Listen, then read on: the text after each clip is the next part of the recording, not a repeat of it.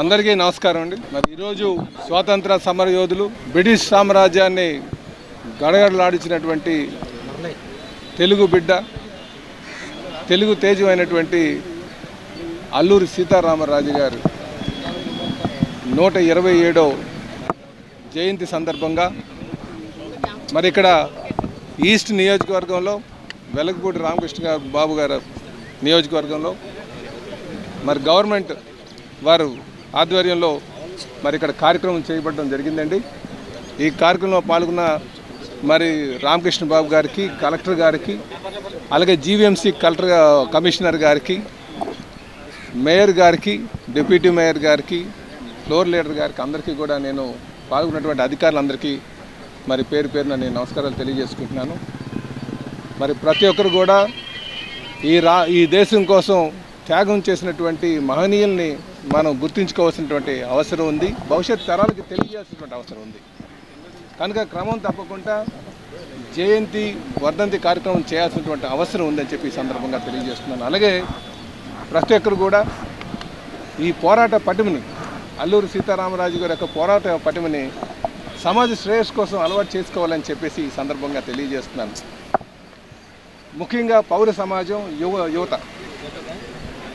ఎందుకంటే ఇప్పుడు ఏం పోరాటం చేయాలి అని ఒక ఆలోచన అనుకోవచ్చు ఎవరైనా సరే, కానీ ప్రజాస్వామ్య విలువలు కాపాడడానికి కోసం నిరంతరం జీవితంలో పోరాటం చేసిన పరిస్థితులు ఎప్పుడూ వస్తుంటాయి. ఆ పోరాట పటిమని మరి ఇలాంటి వారి మరి మహనీయుల దగ్గర నుంచి ఇన్స్పిరేషన్గా తీసుకొని, స్ఫూర్తిగా తీసుకొని వెళ్ళాలని చెప్పేసి ఈ సందర్భంగా అందరికీ తెలియజేస్తూ, మరి అల్లూరి సీతారామరాజు గారు ఏదైతే స్వాతంత్రం కోసం పోరాటం చేసి ప్రజాస్వామ్య విలువల కోసం మేము కూడా వారిని స్ఫూర్తిగా తీసుకొని మేము ముందుకు వెళ్తామని చెప్పి ఈ సందర్భంగా తెలియజేస్తూ, అలాగే అందుకే ప్రజాప్రతినిధులుగా ఉన్నటువంటి ప్రతి ఒక్కరు కూడా ఇలాంటి మహానుభావులు చేసినటువంటి త్యాగాన్ని దృష్టిలో పెట్టుకొని మరి పరిపాలన సాగించాల్సినటువంటి అవసరం ఉంది, ఆదర్శంగా ఉండాల్సినటువంటి అవసరం ఉంది. అప్పుడే నిజమైన నివాళి అర్పించడం జరుగుతుందని చెప్పేసి ఈ సందర్భంగా తెలియజేస్తున్నాను. కనుక ప్రతి ఒక్క ప్రజాప్రతినిధి కూడా చాలా బాధ్యతగా అల్లూరి సీతారామరాజు గారిని దృష్టిలో పెట్టుకొని వెళ్ళాలని చెప్పి తెలియజేస్తూ, అలాగే